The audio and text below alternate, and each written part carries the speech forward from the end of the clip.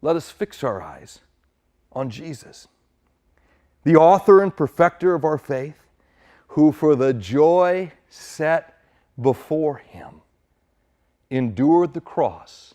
Now look at this. Scorning its shame, and sat down at the right hand of the throne of God. Now, I've read this verse 1,000 times. It's one of my favorite in passages.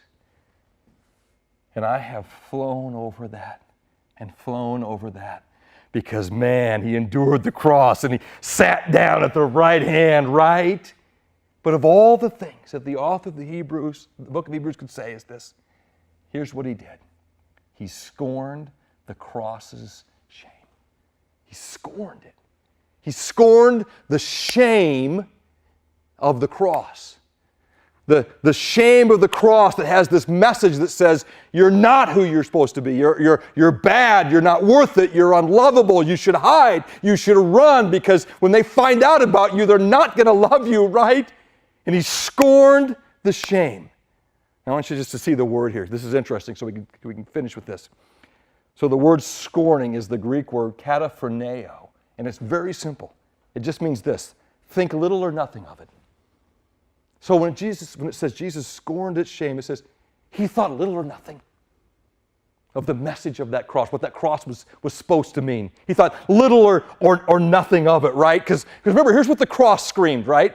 So the cross would scream things like this. You're a loser, right? It was the symbol of a loser. It was a criminal's cross. It was a shameful, disdainful punishment that somebody's on that cross. They deserved it. You are a loser. You stink. You're dirty. The cross screams you're dirty. The cross screams you're unworthy. The cross screams you're dead. And the cross screams you're defeated. But Jesus scorned all of this. He scorned it. He thought little or nothing of it. Because on the cross, here's what Jesus did. That shame that said you're a loser, he said, no, actually, I'm the winner. That scorn that says you're dirty, Jesus says, no, actually, I'm clean. The scorn that says you're unworthy, Jesus says, no, now I'm worthy. I'm worthy. The scorn that says you're dead, he says, no, I'm alive. The scorn that says you're defeated, he says, nope, I'm the champion. And I want you to see this now. The Jesus who defeated the cross and scorned the shame, when you turn to him, the only fix for the shame weight, the only fix to be who you're called to be by God and to live in your true identity, Jesus says the same thing about you. Nah, you're not a loser because of me. You're a winner. You're not dirty because of me. You're now clean. You're not unworthy because of me. You're now worthy. You're not dead because of me. You now have life. You're not defeated because of me. The champion, you are a victor too. You see, that's what Jesus did. That's what he does. And my friends, you can hide and cover and you can try to fix the shame thing in all kinds of ways.